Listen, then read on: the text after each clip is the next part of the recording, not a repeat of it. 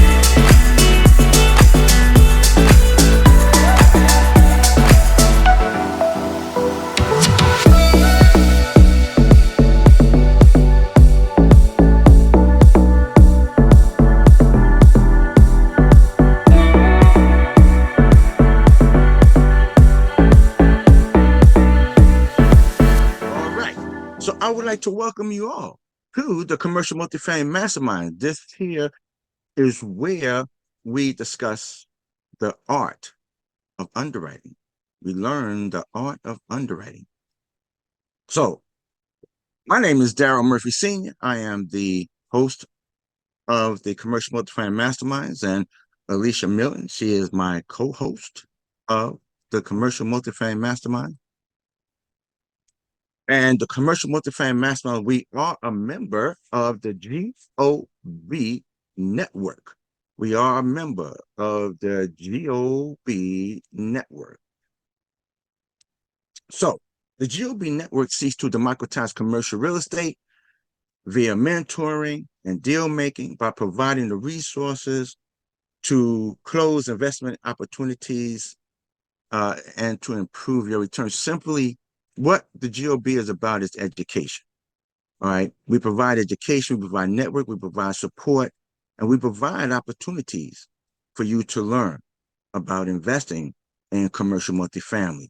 Now, the mission here at the mastermind is one, to get rid of that competitive mindset. Okay.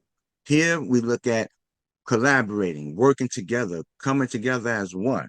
And here we have accredited, non-accredited investors. We have investors at all different calibers. In here, in the mastermind, we also have those that can assist us with helping us in getting our investment opportunities across the finish line. So, so welcome to the Commercial Multifamily Masterminds. And again, we are a member of the GOB network. Now, the mastermind principle is the coordination of knowledge and effort of two or more people who work toward a definite purpose in the spirit of harmony. You know that comes from Think and Grow Rich with Napoleon Hill. Now, T.D. Jakes said in Disruptive Thinking, a team is composed of like-minded people with different skill sets, but equal commitment towards measurable outcomes. And this is where within this mastermind, you're going to find that we have different skill sets of people here that can help us with our outcome. So I want to welcome you all here to the Commercial Multifamily Mastermind. Now, the Commercial Multifamily Mastermind, as I stated, we are a member of the GOB network of apartment investors, and the GOB was created by a gentleman by the name of Jim Biggs, right? So I would like to introduce at this time the creator of the GOB network, Mr. Jim Biggs.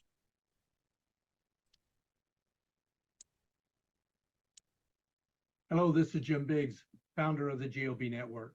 I think most everyone knows that we started the network as a member-driven platform to help more people get deals done. Whether you're a new investor that has no clue how to get started, or you're a seasoned investor and you're just looking for more net worth, liquidity, or other pieces that might be missing from your team.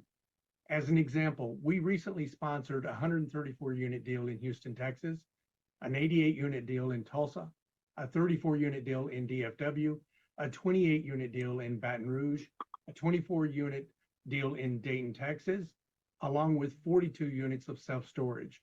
All of this was with members of the GOB network, and we have many more LOIs.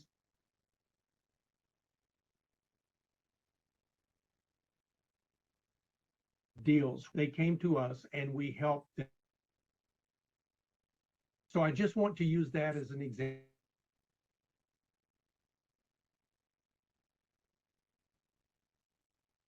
Hey, Daryl's buffering.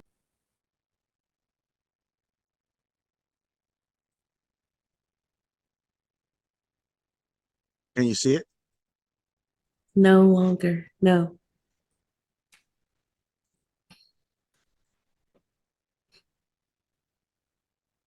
Whoa. The season's changing. That's why there's a change. Can do the same thing for you. Oh, and one more thing. Let me say we are especially proud of Daryl Murphy and his mastermind group, and to have them as part of the GOB network. Daryl is one of the founding members and sits on the board of advisors for the GOB network. Thank you very much to my friend, Daryl Murphy. All right. Thank you, Jim. So moving right along, let's I would like to now introduce some of our as TD Jake said, we are at different levels in here. Some of the people that help us through our investment opportunities. First, I would like to introduce, going from left to right, Robert Aragona. Robert, take it away. Yeah, thanks a lot, Daryl, for allowing me to speak. Robert Aragona here from Garden State Funding in the New Jersey marketplace. For about 20 years now, I've been doing commercial lending, asset-based lending, meaning helping business owners access working capital, cash flow issues. They're selling a product nowadays more of a service to another business or the government. A lot of times they're waiting 30 to 45 days, that's killing their cash flow. We get them paid in 24 hours. We put together a credit facility and actually just become their private bank to grow and expand their business. With that said, I've been working also with real estate investors to acquire more properties, put together either a one-year bridge loan or a long-term 30-year type mortgage for acquisition. And I'm working on some refinances right now, refinance cash out. And then my third area of finance is going to be the unsecured, no collateral business loans, term loans, working capital, and even personal loans, up to about 300,000 to 400,000. So with that said, I have my info in the chat. If you guys need any term sheets or LOIs on your deals, please reach out. Thanks a lot for allowing me to share. All right, thank you. Next up, I would like to introduce Miss Natalie Dumont. Natalie, go ahead and introduce yourself. Tell everybody what you do. Hey, Daryl, how are you? I'm all right. Hi, guys. I'm an agency lender. I've known Daryl for a while and was looking forward to joining this webinar today. So basically, any multifamily loan, stabilized property at a minimum 1.2 million loan amount, I can help you with senior debt. So please reach out. All right. Make sure you put your contact information in the chat. Yep, sure. I thought Thank I you. saw, okay, I thought I saw Mark Gross here, but I guess he had to leave. But Mark Gross is also one of our vendors that helps with cost segregation study. All right. Okay. So what I would like to do now, we have a guest speaker, and I've known this gentleman for a while. I've been following him in his journey, and I'm gonna tell you, he be making some master moves. I'm telling you. So let me just say this right quick. I'm thrilled. I'm thrilled to have him here with over a decade of experience in real estate. He began his journey with single-family homes before venturing into multifamily properties in 2016. He has since played a pivotal role in partnering on over 1,100 multifamily units, with a keen focus on providing affordable housing throughout the Southeast. He combines his extensive background in real estate with over 11 years as a software engineer, and he proudly serves as a United States Marine Corps veteran. So please, let's join us in welcoming Mr. Jason Stubblefield to the Commercial Multifamily Masterminds. Welcome, Jason. How you doing? Hey Daryl, I'm doing well, man. Appreciate you. Let me there we go. Oh, there Oh, you yeah, let me get my camera on, man. You do a good job, man. You're like on the Steve Harvey level of introducing are. people, man. I appreciate you. Oh man. Oh man, that is oh now I haven't heard that, but thank you so much, man. That is fantastic. Fantastic. So, but Yeah, Jason, I appreciate y'all read a having me. little bit. Um, I read a little bit of your bio, man, but I know there's way more. Please just take a couple minutes and tell everybody who Jason Stubblefield is. Um, sure, man. Like I'm, married. I got three daughters. As you mentioned, I started my career as like software development, so the background was in that, and it really like I'm from a small country town, so my whole journey in life was just about trying to make the next step, so right out of high school I went into the Marine Corps, left in that. I was like, okay, and then what's next? And then was software development, and then I was doing that and quote unquote made it, because of Yeah, the salary and all, and then I was like, there's got to be more than this. And that's what led me into apartments. So, one deal led into another deal, led into syndication, and it's been quite some journey. But with that, it's definitely been fun, definitely been a learning experience, and now the focus is on growing the portfolio of apartments and specifically, affordable housing, which is something a little bit different than um typical real estate deals, but it's got its own flavor to it. So maybe we'll talk about that a little bit some too. yeah. Matter of fact, yeah, I definitely. Of course, that takes underwriting in a little different way. So let's start. Why is it? Tell everybody here why it is so important to understand and learn how to underwrite. It's the foundation of your whole deal, right? And so if you screw that up, you're gonna screw everything else up. But I think maybe even more importantly than that, if you're brand new, and I don't know who the audience is. I mean, some of y'all got some very professional looking pictures, so maybe be like, I don't know, but we'll just talk to whatever level that we're at. But for people who are brand new, right? If you're just getting started Right. in what I tell people is your underwriting is your business card, right? When you are building your team up and you go out and say you want to partner with somebody to raise capital, you show them your underwriting model and it's super simple with some gibberish on it, or you haven't calculated for some of the, you know, minimal things that you should be looking out for. They may not say it, but that person on the other end is thinking, I don't want to partner with that person because they don't know how to thoroughly analyze a deal, right? And it goes, that's on the investor level. The same thing with your lender. If they're having to catch things and you're finding out that, no matter what you show up and say, if you give them an underwriting packet and it looks like you haven't done your homework, you haven't thought these things through, then it just gives you a bad outlook. So before you show up in a nice, pretty suit or, knowing able to talk cap rates and have all the lingo down pat, Right. if you don't know how to underwrite a deal, it really shows where you are in this business. So to me, I mean, it's the backbone of this business and industry, man. Would you, to me, I think underwriting is even more important than capital raising. What's your point of view on that?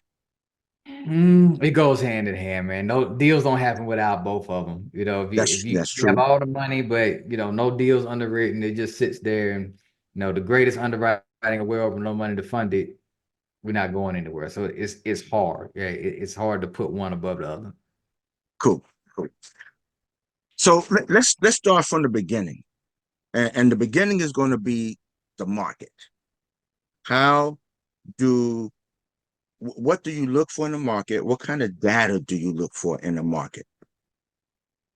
Yeah, I mean, I would say maybe even before the market, right? I have a little bit, maybe a little bit of a different way of doing this. Well, I mean, we're all going to be fairly similar, but before the market, we'll sort of look at the property, right? What sort of property are you looking for? Are you looking Okay. for 10 units, 5 units, 100 units, whatever? And so that is like the very high level disqualification that we'll start with, right? Do we even like this property at all? If it's even in a great market, but we don't like the property, let's pass. Right, because in this business, you got to look at a lot of deals before you can find one. And so the sooner you can say no and reject the deal, the better. Right. So we'll start first there, and everybody has their own criteria about what property that they're looking at. Now, when it comes to the market, now it's like, okay, population is always huge, right? You want to see if there are jobs that are flowing into this. You want to know a certain criteria on population, right? So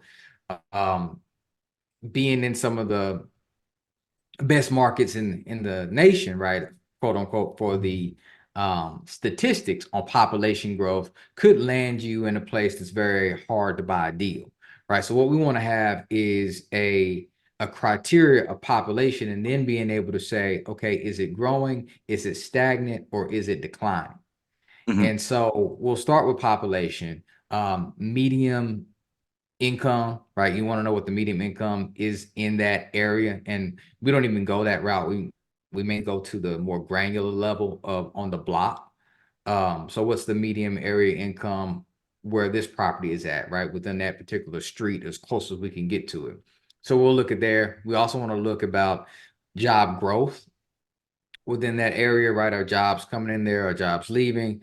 And also the median household value, right? So what are home prices doing? Because if home prices are too cheap, then oftentimes a lot of your renters could also be buyers depending on supply and demand there too. So overall, it's high, but I mean that's like the high level stuff that we look at on any given market. And I say if you don't know where you're going to start at on a market, then that's probably where you want to start. So if you're in an expensive market like a California or a New York, and you're like, hey, I know I'm not buying in my own backyard. Let's go ahead and look at those statistics and be able to narrow down another market based off of those metrics that I threw out. However, if deals work everywhere, right? If there's a Starbucks, if there's a McDonald's, if there's a Walmart, if there's a Target, right? If those industries can survive in this area, I tend to look at where does it make sense? Where can you have a competitive advantage at? So maybe I'm sounding a little bit double-sided now, but we do look at the high level things of a market. But I think what makes more sense is for you to invest where it makes sense for you at, right? So we'll look at, like, I'm in the Atlanta area, so it wouldn't make any sense for me to go to a Miami if I can be boots on the ground here and understand what's going on the streets, know what's coming through economic development, know what changes the city I'm making. And so if anybody is thinking about, hey, I need to go run to where population growth is, or I need to go run to where job growth is, and you overlook like a valid deal in your own backyard, I think you're not working in your own best interest. So it's two sides to it, right? It's more like, hey, invest where it makes sense. And then also when you are investing, now let's go ahead and look at some of the job growth and some of the other metrics based in that market that makes it make sense. Gotcha. Gotcha. You hit on you hit on four key metrics. There was four that you hit on, and actually, there's I have one more, but you hit on four key metrics. You hit on population, median, um, median. That was the median income, the median household income. That's what that was. And you hit on job growth, and you hit on the median home value. When you're looking at those numbers, can you tell us here what your numbers look like? so that and again, these are his numbers, not your numbers, people. So you need to build your own criteria, and because Jason has his own criteria. So, but can you say to us, Daryl, oh, these are the numbers that I look for population growth, median household income, job growth, median home value. Yep. Yeah. So when we're looking at, and this now got to dig a little bit because, we sort of have our markets established now that we look at, and we know we're not necessarily updating it, but the biggest thing is like the median area income. And so for us, usually we won't look at anything on the lower end. About 45,000 is what we want to see as far as what the median income is going to be. Now, I'm not saying that you can't buy in the area that's lower than that, but it's very much a balance between what you plan on charging in rent and what that area can afford. So you can't go take your value add strategy of $350 rent increases into a market that's only making $25,000 a year. It's not going to work. So we start there to make sure that can the tenants even afford whatever sort of value add strategy that we're going to approach with. That's the biggest one. Off of that, when it comes to job growth, we just want to see that it is growing, right? It's not necessarily by a percentage. I mean, I think we want to see like 1.2 or that there's I don't know the website, but there is a website that will tell you what the average are, like the national average, and then you can say if your particular city is above or below what that national average is. But we'll look into that. And this is again high level if you're just picking out a market. One thing that I didn't mention that I also should throw in is schools, right? So schools and crime are also areas that will come into effect on the high level market. So most cities will have pockets where there's higher crime.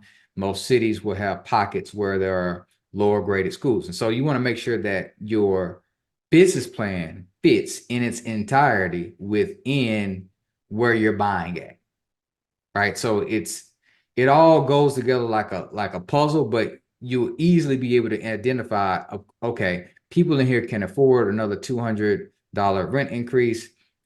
There's relatively low crime in this market. There's decent schools, right? You'll also be able to say otherwise. This community probably has, they're averaging $20,000 in area median income. There's a whole lot of crime. There's terrible schools, right? So you understand your tenant base just by looking at the market very much. And then that's more the granular level about our decision-making process about do we pursue that deal or do we not?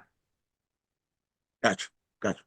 So I'm gonna jump around just a little bit with my questions because what I'm going to do, I'm going to come back to I want to come back to the rent roll. I want to come back to the T12 and stuff like that. But I want to jump around just a little bit with my questions. It's your So show. I'm just here. Guess let's do it. all right. So a lot of investors, when we're new, we really don't know what kind of resources are available to us. And a lot of us cannot afford uh, tools like CoStar, Reonomy, and all of them. Can you recommend some resources to some of the new investors here that may not have that kind of capital to be putting out for CoStar and other things?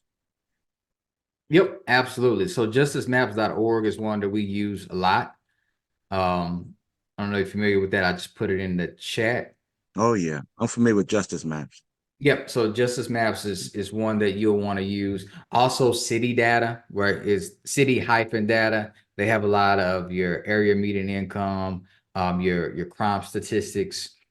Spot Crime is another absolutely free resource that you can use. Tell you the crime data. You just go in there, put in the address.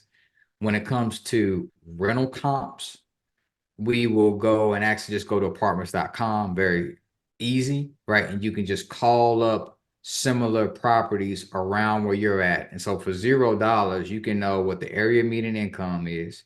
You can know how much crime is going on in the area.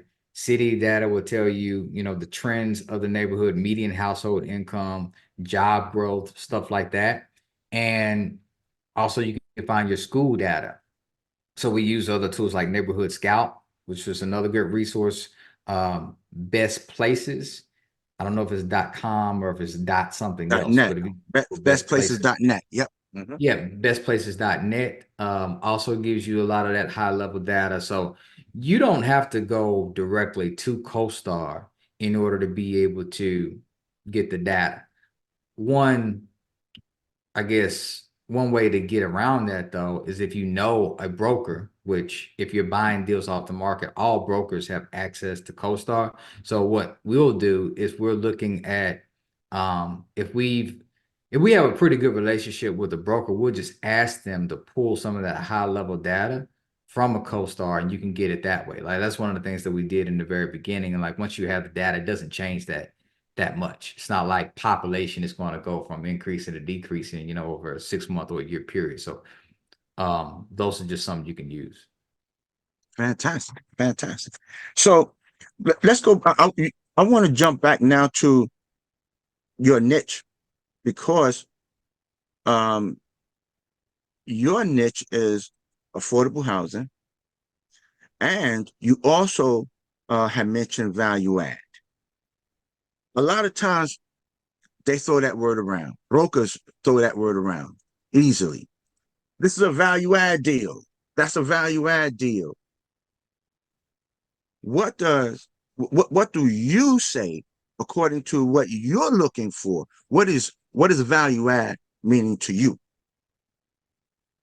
Yeah, I mean, simply is we have a way to increase the net operating income, a clear path to be able to do that is logical and can be done, right? So, for instance, first thing coming to my mind right now is like we look at some deals where we could potentially get a tax abatement, right? That's other ways that you could structure deals nowadays.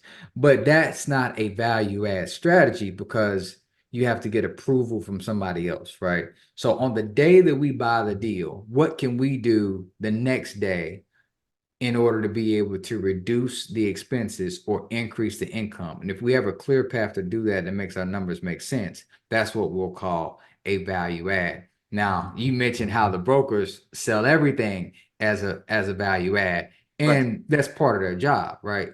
Part of our job as investors is being able to know whether to believe what they said or not. And so if they are telling you you can raise rents by $300 on a tenant base that may not be able to afford that $300 increase, you have to be the one to make the determination to say, this is not a value add deal. This is not a value add for me. Some other fool can come in and try to do that and deal with those headaches, but we'll pass on that deal. Or they may tell you, you can reduce the utility costs, right? That's another big thing that hurts a lot of people to say, you can bring down the utility costs by 20, 30%.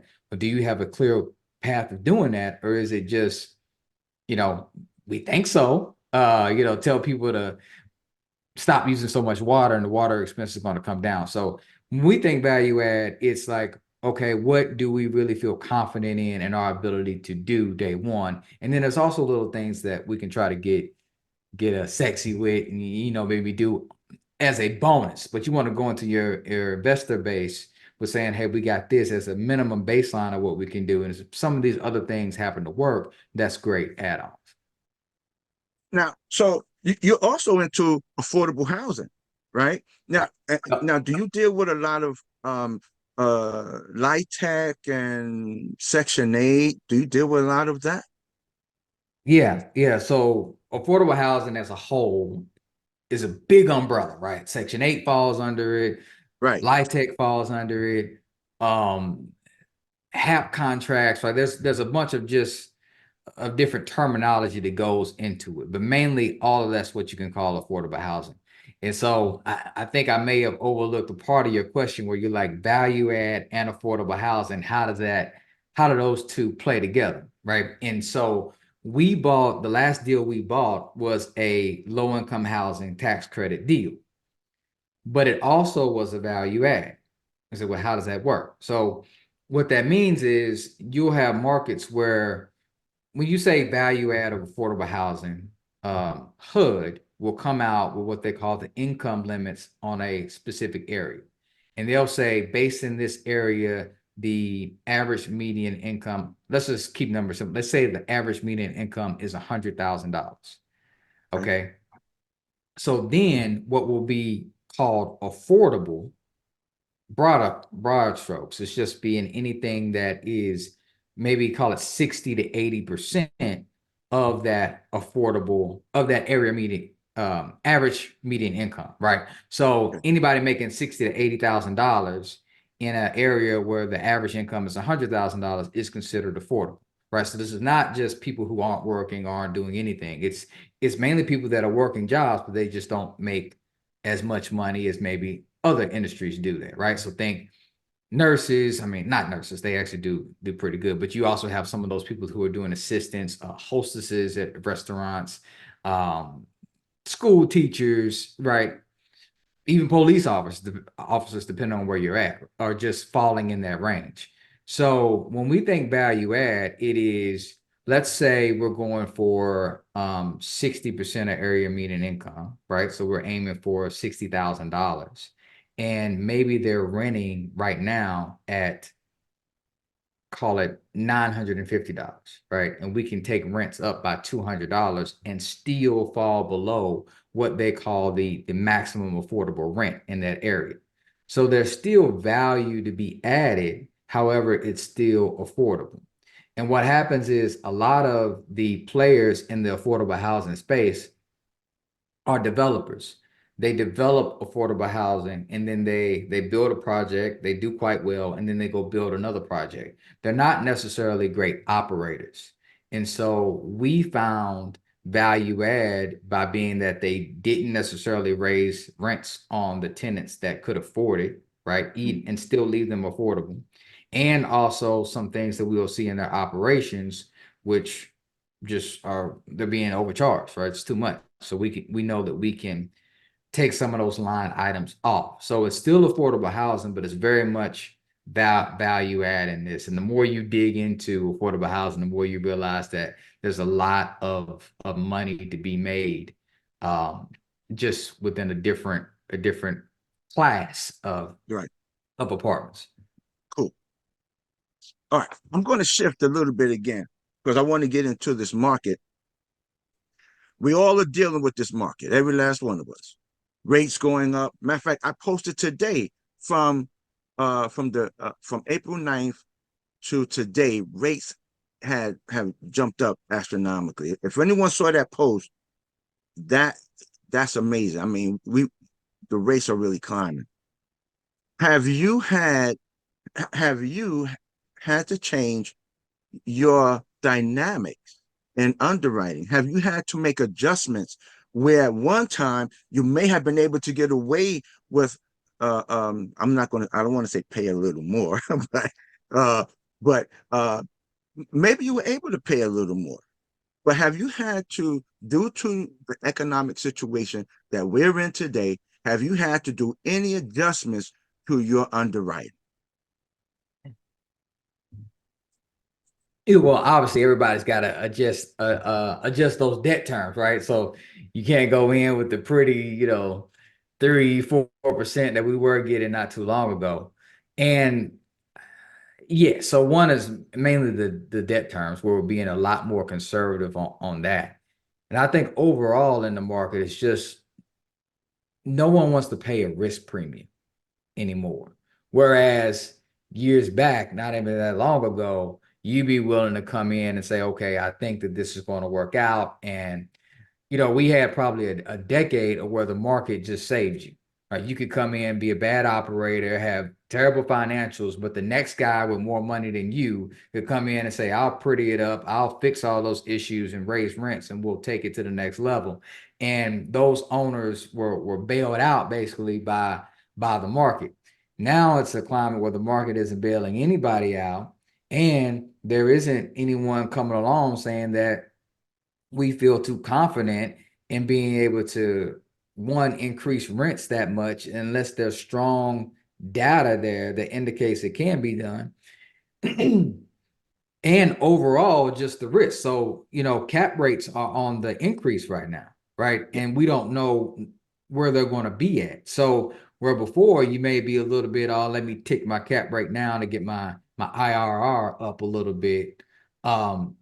That's, those sorts of changes in the underwriting model are starting to get tighter. So we'll look at a range where we'll say, hey, on the low end of this range, do we want to be there? And on the high end, how feasible is that? So overall, I think in the market, we didn't necessarily change anything that we're doing, but it's more like looking at deals with a different set of eyeballs, not one that's just so optimistic about everything's going to go right, but also that things could potentially go wrong. And interest rates could go even higher or they could go lower. We don't know. But I say that, but I also love this market right now because I think it's such a great buying opportunity because now it's more, let's get to the chase and let's just talk about, is there money to be made here?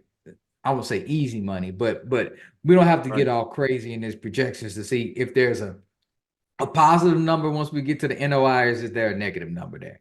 All right. And then how much cash flow are we getting day one out the gate? And do we want that or do we not? Right. Are you holding your deals a little longer now? Whereas I know like some may have been holding their deals 3 to 5 years. But now because the market, some are holding them maybe 7 and even 10 years. So are you holding your deals maybe just a little longer? You mean in our projections? Yeah. Overall, right? So this whole market change has really made us sort of think, right? And I think overall that's a more safer strategy because the longer you hold a deal, the longer you have to wait out any cycle changes, right? So we're going through it right now. We had a deal that we were selling, that now we're being like, hey, we're not going to sell anymore. Let's just hold, right? And luckily it was financed with the terms that allowed us to do that. But if you are right now in a situation where you have to sell, ouch, so we think if you start looking at deals on a more of a 10-year term instead of a 5-year term, now you can say, okay, the market is super hot right now. Maybe we take some money off the table via refinance and make our investors happy that way. Or if the market is crap, you still can say we got 5 years left on our debt or 6 years left on our debt. And that allows us to weigh it out. Now, there is one caveat with that though, and that is the longer you hold a deal, the more of your CapEx you have to be willing to address.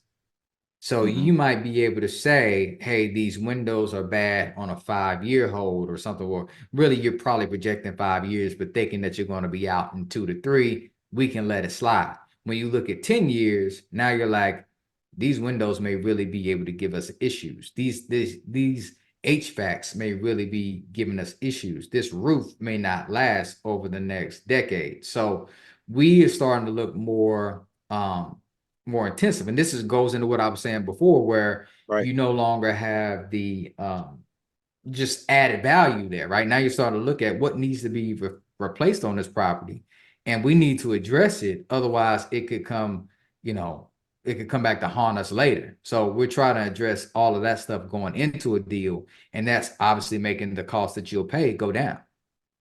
Cool. There's so many questions I really want to continue asking, but I want to get into I really want to get into the rent roll in T12. So I have a sample rent roll, sample T12 that I would like to show. And let's just play with this thing just to ask questions and everything. So I'm just going to share it's just again this is just a sample, and let me share my screen.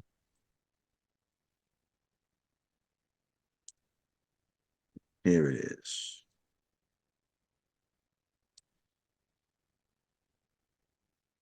Okay. So everyone, this is just a sample rent roll. It's only a sample rent roll. Okay. So, but Jason, when you ask the broker for the rent roll, the T12 and the OM, or if you're dealing directly to the seller, you're just going to ask them for the rent roll and the T12.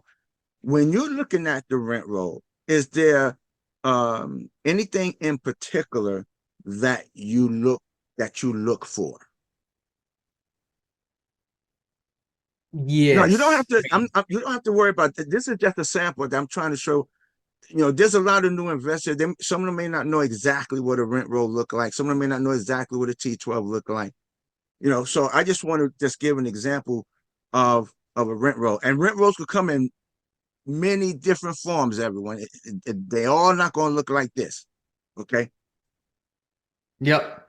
No, this is good, man. I'm glad that you're sharing it. So yeah, I mean, like rent rolls tell you a story. So when you're buying an apartment complex, you're really buying those leases. That's what makes it valuable, right? You take all the leases away and suddenly the value that's there goes away. Or if you drastically change the leases, the value of the property drops, right? You cut all the tenant rents in half, and now all of a sudden you don't want to pay as much as you did before. So when you're looking at a rent roll, it's mainly telling you about the income of a property, and we can get a pretty good picture about what's going on just by looking at the rent roll. So if I just start, maybe left to right on this, for one, it's like, why are there so many one bedrooms, right? And I know this is a sample, so it may not be that, but for us to be like, okay, this is a lot of one bedrooms, right? And so with that, you just want to take it into account. Doesn't mean that you necessarily don't buy it, but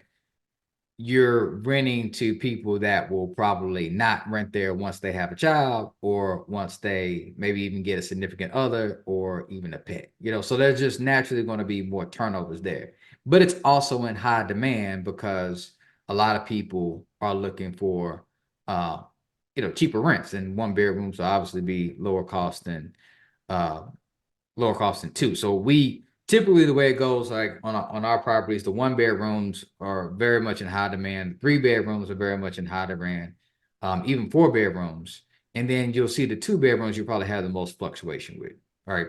That's just what we're seeing right now. So I would look at that and say, okay, there's a lot of 1 bedrooms going on right now. The square footage is also going to tell us something too, because one mistake a lot of people make in underwriting is comparing 1 bedrooms to 1 bedrooms. And if I got an 800 square foot 1 bedroom and you've got a 450 square foot 1 bedroom, those are not apples to apples. So what we like to look at is the price per square foot as more of a metric than necessarily the 1 bedrooms. So what we want to do in market analysis is go look at other 1 bedrooms and say, hey, what are they renting at on a price per square foot? And we say, okay, it's at $1.25 for whatever, just making up a number. But say it's $1.25 price per square foot. Now let's go ahead and take our 1 bedroom and put it at $1.25, $1.50, whatever I said, right? To make sure that's the future rent that we think we can get based off the comps, not just simply saying that, oh, these other 1 bedrooms are renting for $300 more, we can go do that, right? So the square footage comes into play as well. Vacancy, right? Moving on, just seeing how many vacant units that they have. Vacancy is going to tell you how well that property is currently being operated. Oh, and it wasn't there. I was just looking at the residence. Oh. So, but yeah, right. But by doing that, you can see that quite a bit. I don't know how big this is, but that's a lot of vacant units. So then if you have that many vacant units, the next question is, well, why? Why are so many of those units vacant? Why are you not renting it?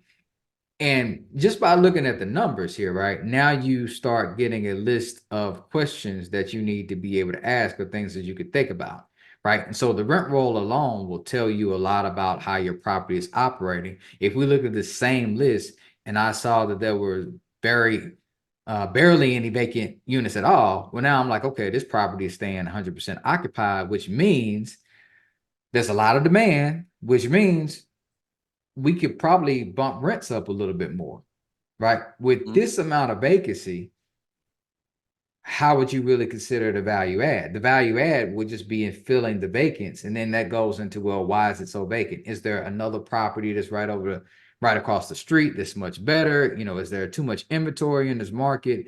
Right. These are sort of the things that you think about just by looking at a rent roll.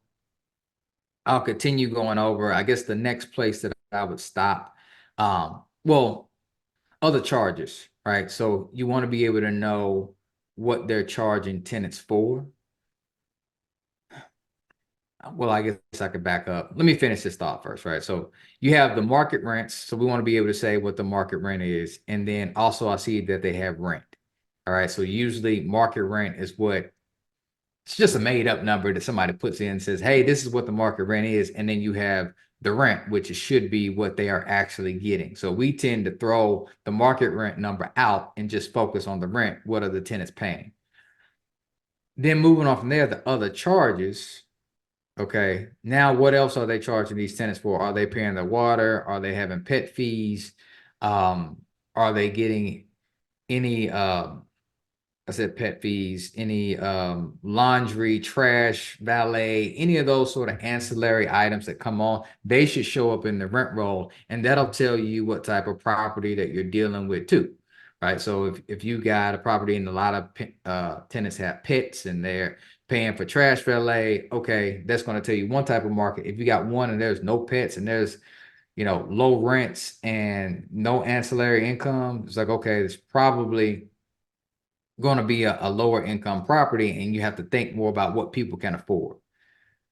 So moving on, like then I would probably look at the move-in dates, and feel free to stop me if any of this is Right. too much, or if I'm just No, running I on. think I think it's good that you're doing that, and at least letting people what it is, Jason. You're giving them vital information on some of the things they are looking at, right? And you don't have to go deep into depth, but at least as a new investor, they know, well, I need to look at rent. I need to see, okay, so what's these other charges?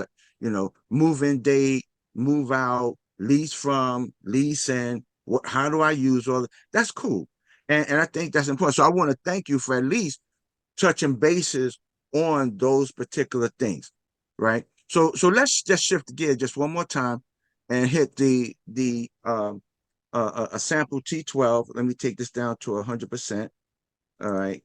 So when you're looking at your T12, what are you looking for? In other words, what are you wanting this T12 to tell you about this property?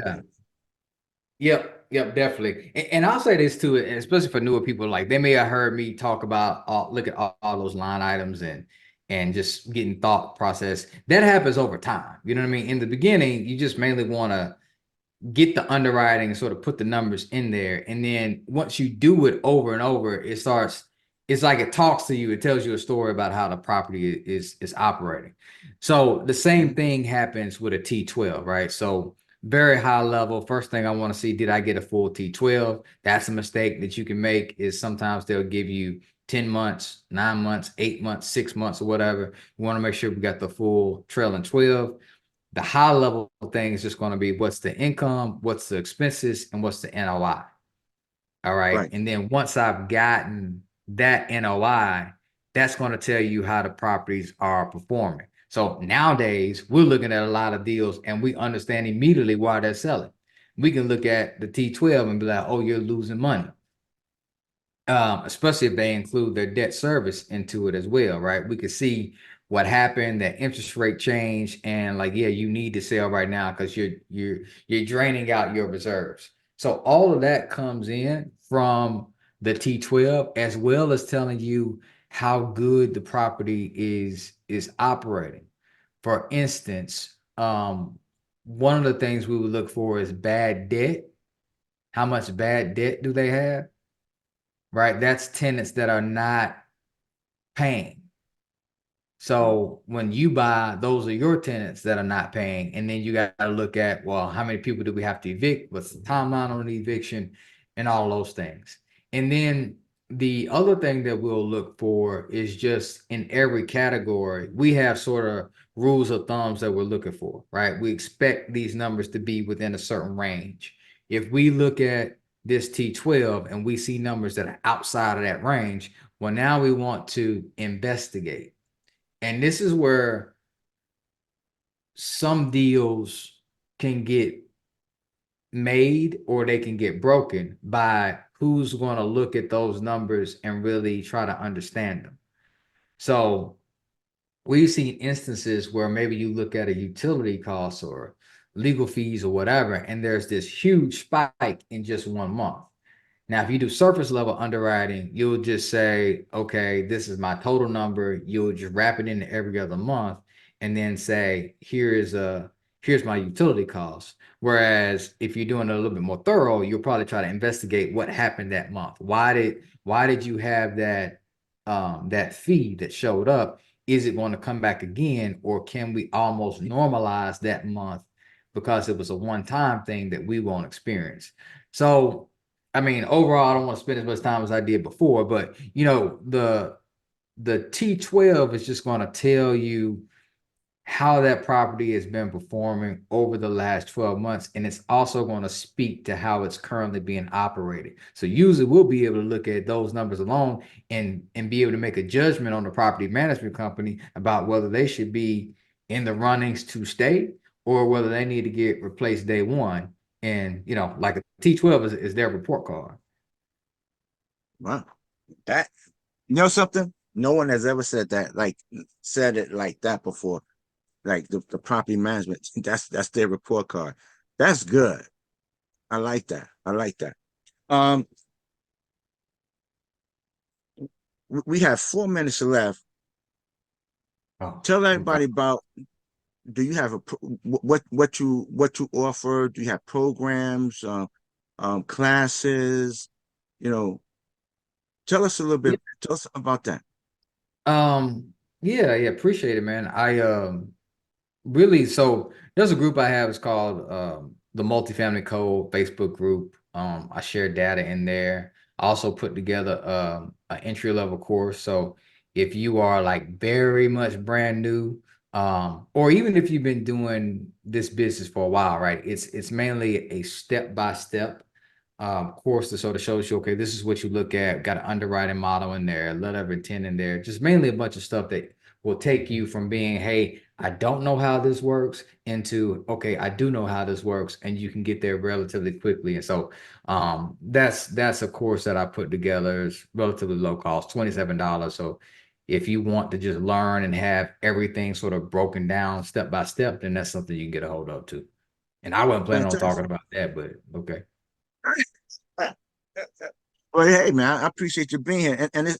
Listen, it's not about, well, let me say this. And as in our intro, the one thing we believe in is working together as a team. I don't believe in being afraid to share the spotlight.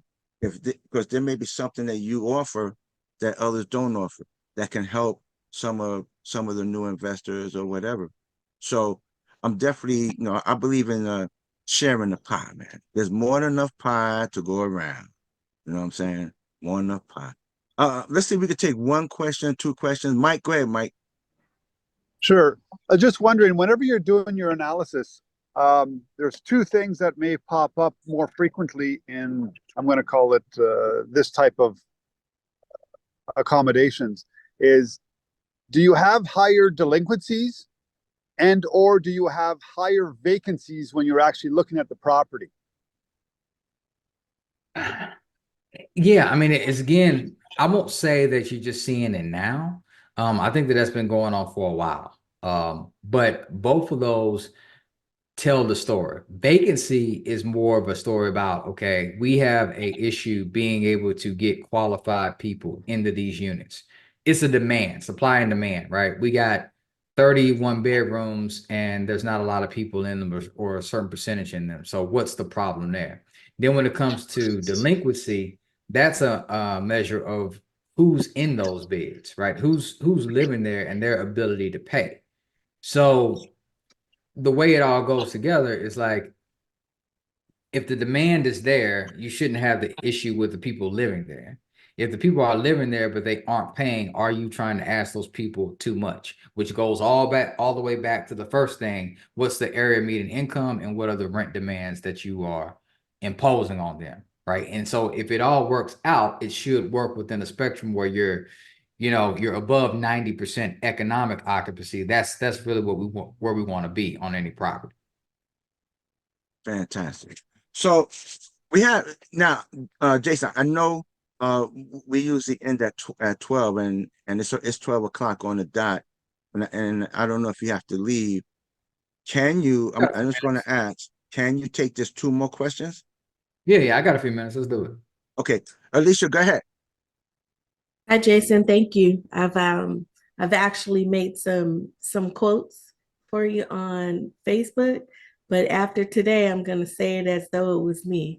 So Take it. the question that I have is with you doing the lower income, have you ever had the situation to where you've had to generate more income on those properties? And if so, how did you do that?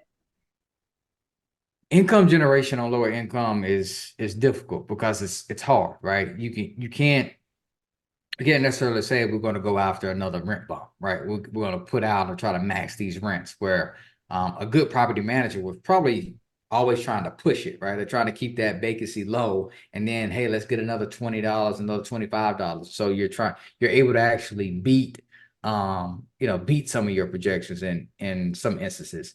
On lower income, depending on how you do it, that's not always the case. Now, there's multiple ways to do it, though. It doesn't have to be 100% of your property being lower income. You could have a certain section of tenants.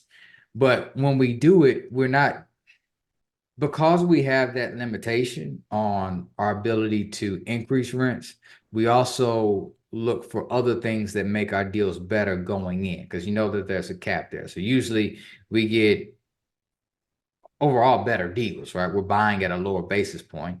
Then there's more attractive financing because as a country, they see this as a need. So lenders are giving us a little bit better terms.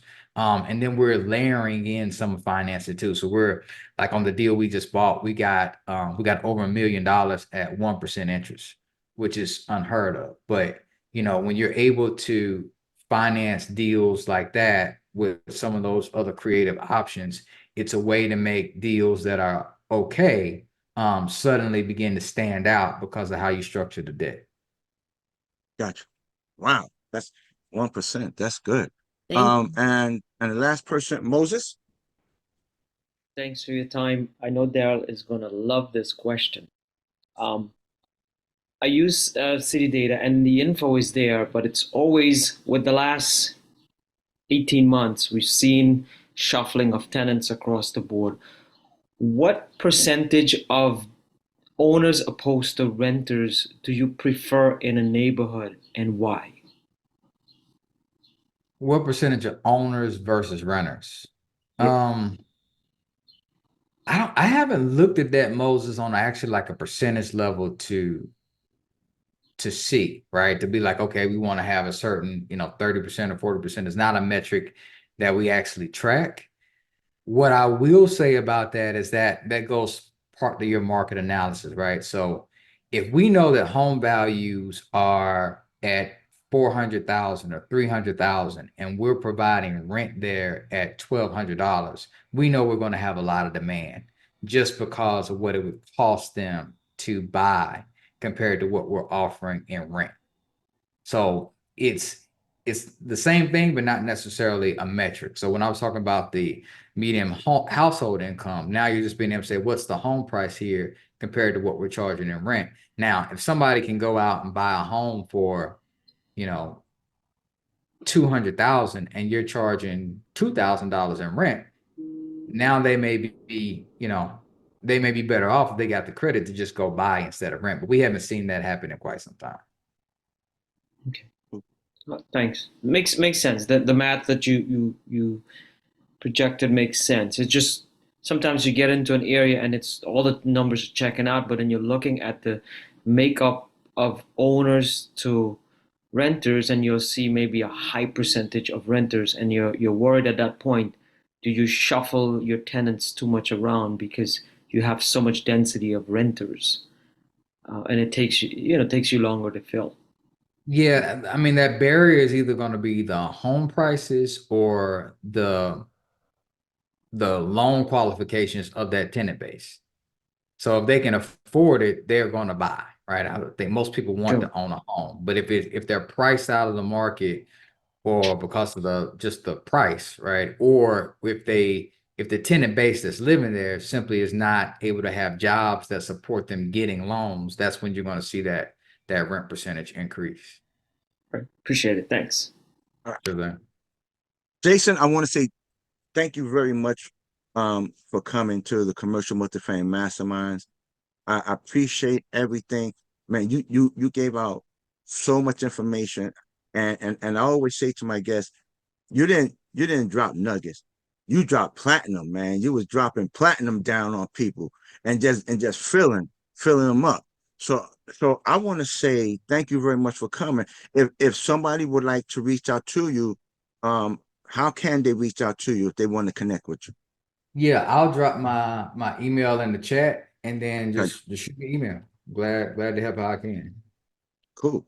I have a deal that I'm working on. I know you in Georgia and you like to stay in your backyard, but I have a deal that I'm working on that may fit where I could really use your help because it's involving low income. Let's talk. Yeah, Sounds good. It's in Texas. that's in Texas. Yeah. Yeah, let's talk. Okay. That's all I wanted to hear. All right, but listen, everyone. Let's say thank you to Jason Stubblefield for coming and sharing his knowledge with us here on the Commercial Multifamily Mastermind. Now, if you can hang around, Jason, hang around, because I always stick around for another 30 minutes. And we cut the mic off. And this gives all the investors an opportunity to ask me questions so that you could get to know me better. All right. But if Jason has to go, I understand. So thank you all very much. Right now, I'm going to say thank you to Jason again for coming and being a part of today's program. And we on the 30th, we have another guest speaker. Please be here, and we're going to dig into underwriting. All right, everyone. Thank you all for coming. See you back here in 2 weeks. All right, see y'all. Appreciate you. Thanks, Jason. Thank you.